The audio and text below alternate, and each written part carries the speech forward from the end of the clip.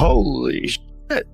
He said what? Did Buckingham Palace or Prince William set a trap for Prince Harry and Meghan Markle, and were they gullible enough to fall into it? Again, I have to be careful what I say, but that I won't be able to show, my children my homeland. Okay, this is wild. Meghan and Harry, who everyone once hailed as the fresh modern faces of the royal family, have somehow managed to turn themselves into absolute global punchlines. Seriously, it's almost laughable at this point. It is such a pleasure to be here in my new home of the UK. But here's the kicker. They dramatically walked away from the palace, claiming they desperately wanted privacy. Yet somehow they've since done more explosive interviews, tell-all documentaries, and cash-grab books than any working royalist in history. You're probably thinking, privacy? Yeah, that word in their dictionary must actually mean let's cash in on every single secret and grievance we can possibly make. Meghan is willing to show pictures of her kids. I think it just depends on how many zeros are at the end of the check. And Harry? Oh, Harry, once the cheeky beloved prince, he's now just the sidekick in his own story, dragged onto California talk shows like a man who genuinely traded his crown for kombucha. What's even more insane, they claim they left to protect Archie and Lilibet from the royal glare, only to then shove them right into the spotlight when it suited their own narrative. It's a shocking level of hypocrisy. They've literally built their entire Poor Me brand on the idea that the palace is cruel and outdated, while simultaneously begging that exact same institution for recognition and those precious titles.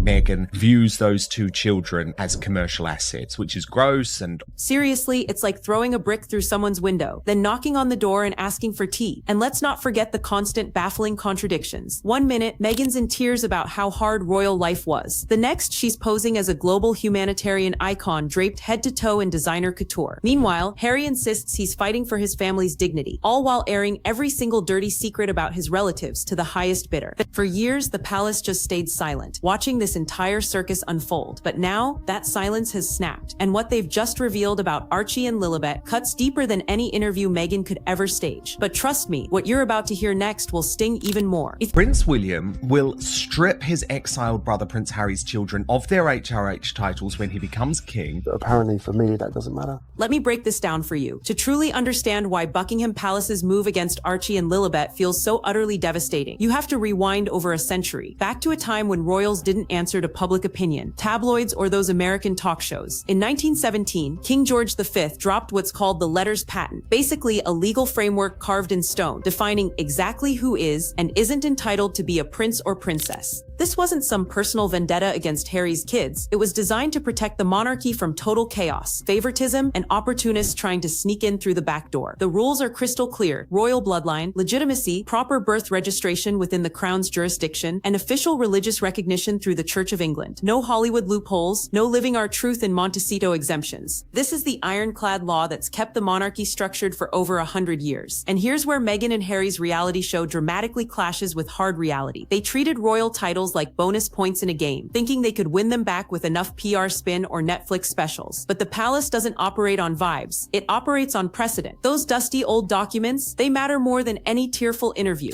That's why the palace has remained absolutely icy. Not because of personal drama, but because bending those rules once would open floodgates that could literally drown the entire institution. Imagine if every distant relative, reality TV star, or celebrity spouse could just declare their child a prince or princess because it felt right. That's not monarchy. That's pure chaos. And whether you love or hate the royals, one thing is undeniably true. But if she hasn't had the children herself, or Harry hadn't been involved, then they can't be in the royal line. They have to have royal blood, those little ones. Without that, there's no chance of them becoming a member of the royal family. Undeniably, their celebrity clout couldn't pressure Buckingham Palace into rewriting history. Instead, the palace just slammed them with a brutal truth. Royalty isn't some brand you can repackage and sell. It's an ancient system that doesn't care one bit about your California mansion, your Spotify deals, or your perfectly curated sob stories. And for Archie and Lilibet, that system just slammed the door shut. Plot twist: Archie's arrival in 2019 should have been the perfect storybook moment. A royal baby, cheered by crowds, plastered across front pages with that iconic British fanfare. Instead, it spiraled into one of the most bizarre controversies the monarchy has ever faced. At first, everything looked normal. Palace announcement, global celebration, Meghan and Harry smiled smiling for the cameras. But then came the curveball. Archie's birth certificate was mysteriously altered. Meghan's legal name vanished, replaced with the grand but vague Her Royal Highness, the Duchess of Sussex. No explanation, no precedent, no consistency with any past royal records. Even Diana, even Kate kept their names. So why strip Meghan's? Was it her choice, the palace's command, or some botched attempt to reframe Archie's status? That single unusual change cracked open a massive Pandora's box of speculation. Was the palace distancing itself? Was Meghan trying to erase her old identity? And most importantly, why would something as simple as a child's birth record become such a political landmine? This wasn't a harmless clerical error, folks. It was a signal, a loud, clear warning that Archie's place in the royal ledger wasn't as secure as anyone assumed. In this, it's undeniable. Order is their currency. Meghan just wants to be an Instagram influencer. That has always been her level, always been her drive. Once everything else has been dried up, the kids are next. The kids were always on the docket to be part of the image selling and everything. Meghan and Harry gambled by betting that this is what's really happening. Every single royal baby before Archie had their paperwork aligned perfectly with tradition. But Archie's birth certificate, it looked like a total outlier. And in monarchy speak, an outlier is a massive warning shot. The world saw a happy baby wrapped in blankets, but behind the scenes, the paperwork was already whispering, this child may never fully belong. Now, if Archie's birth sparks suspicion, Lilibet's arrival turned that suspicion into a deafening alarm bell. Born in California in 2021, she entered the world not with trumpets, official bulletins, or the grand traditions of St. Mary's Hospital. No balcony appearance, no framed announcement outside Buckingham Palace. Instead, a simple press release from Harry and Meghan's PR team in California. For a royal baby, that absence of ceremony was absolutely staggering. Every royal child for generations, no matter how far down the line of succession, received some acknowledgement from the crown. Lilibet got nothing. There was no official statement from the Queen, no formal registry in the palace records, no sign her birth had even rippled through the centuries-old machinery of monarchy. This wasn't just an omission, folks, it was a declaration. The palace didn't ignore her out of forgetfulness. They ignored her because recognition itself carries immense weight. Acknowledging her would have meant embedding her into the fabric of royal history, tying her name to traditions stretching back hundreds of years. By staying silent, the palace signaled exactly where it stood. Lilibet was Meghan and Harry's daughter. Yes, but she wasn't and never would be a royal heir in the official sense. It was the sharpest contrast imaginable. Where other royal babies were treated like symbols of continuity, Lilibet's arrival was treated like an American family announcement. Warmly personal, but totally detached from crown and country. In royal terms, that silence spoke louder than any proclamation ever could. And here's why that matters. A royal baptism has always been more than just a christening. It's a symbolic binding of the child to both the Church of England and the monarchy itself. It's ceremony,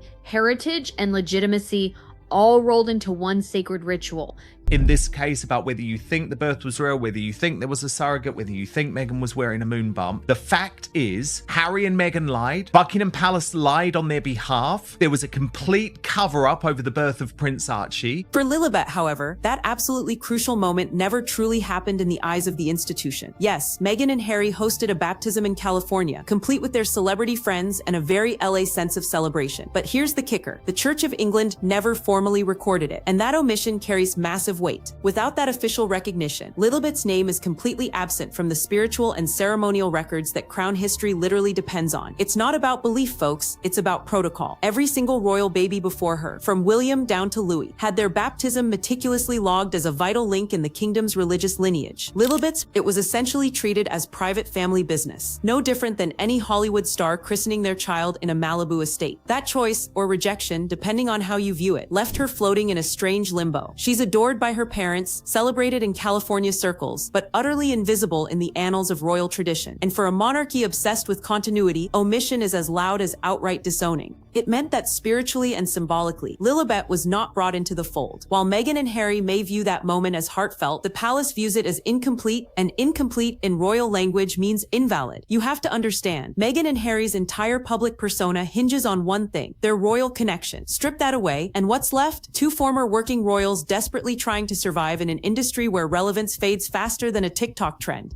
Their billion-dollar brand was built on this tension between palace duty and personal freedom, but that narrative crumbles when their children, the supposed proof of their ongoing royal lineage, are left without titles or recognition. Suddenly, Meghan's carefully curated identity as a modern duchess and global mother figure looks incredibly shaky. Those documentaries promising an inside look at royal life start to resemble nothing more than reality TV confessionals. Even Harry's memoir, which positioned him as the misunderstood prince, prince, loses some serious gravity if the very institution he criticizes refuses to acknowledge his own children. Without those royal titles, Archie and Lilibet aren't seen as heirs denied. They're seen as American kids living in privilege, far removed from the drama they're meant to symbolize. And for Meghan, whose lifestyle ventures, brand partnerships, and speeches often lean heavily on her royal past, that loss is devastating. She doesn't stand in the same line as Diana or Kate because her children were never truly woven into the monarchy's legacy. The palace has, in essence, yanked away the very foundation on which her global image rests. Instead of projecting power, the Sussexes risk looking like outsiders desperately clinging to relevance, a brand with no roots. And in the world of royalty, perception is everything. Once the crown withdraws recognition, the illusion utterly collapses. For Prince Harry, the palace's stance wasn't just a matter of protocol. It was personal heartbreak carved into stone. Reports suggest he made repeated emotional appeals behind closed doors, hoping to persuade the institution to secure his children's positions in royal history. But every single effort was met with the same frosty, unyielding response. Rules, not feelings, decide legacy. For a man who grew up in the shadow of tragedy and constant scrutiny, this was a crushing blow. Harry wasn't only fighting for recognition, he was fighting for continuity, for his children to remain tethered to the family that shaped and scarred his entire life.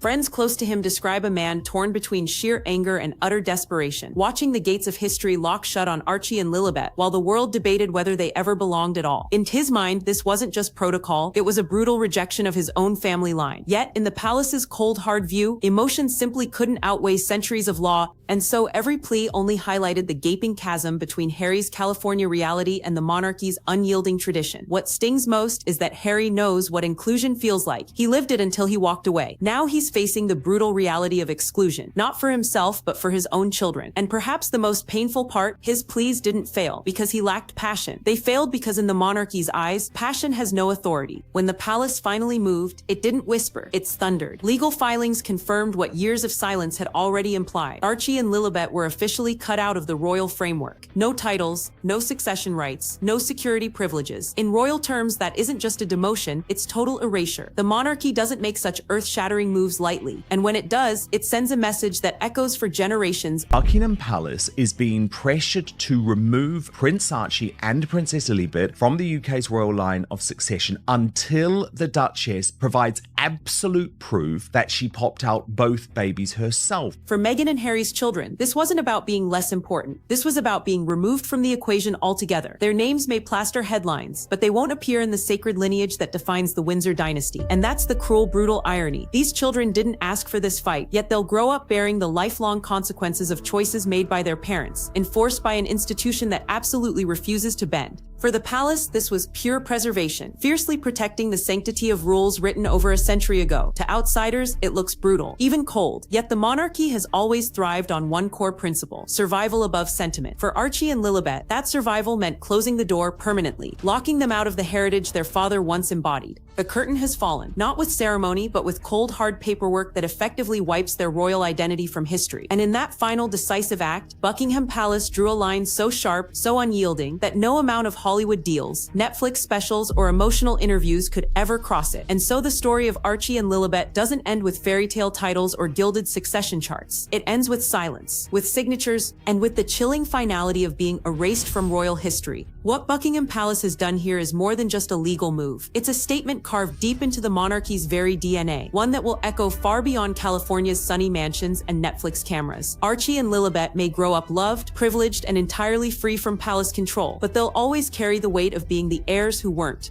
Their parents fought for recognition, spun narratives, and challenged traditions. But in the end, the monarchy reminded the world, heritage isn't negotiable, it's enforced. And that leaves us with the lingering question: did Meghan and Harry ever truly understand the system they were up against? Or did they genuinely think celebrity power could rewrite centuries of order? The truth is harsh and it's final. But this saga is only one chapter in the ongoing royal drama, because every decision has ripple effects, and every silence hides another secret. If you thought this revelation was shocking, wait until you see what came before. You need to go watch my previous video right now. Trust me, it's even crazier.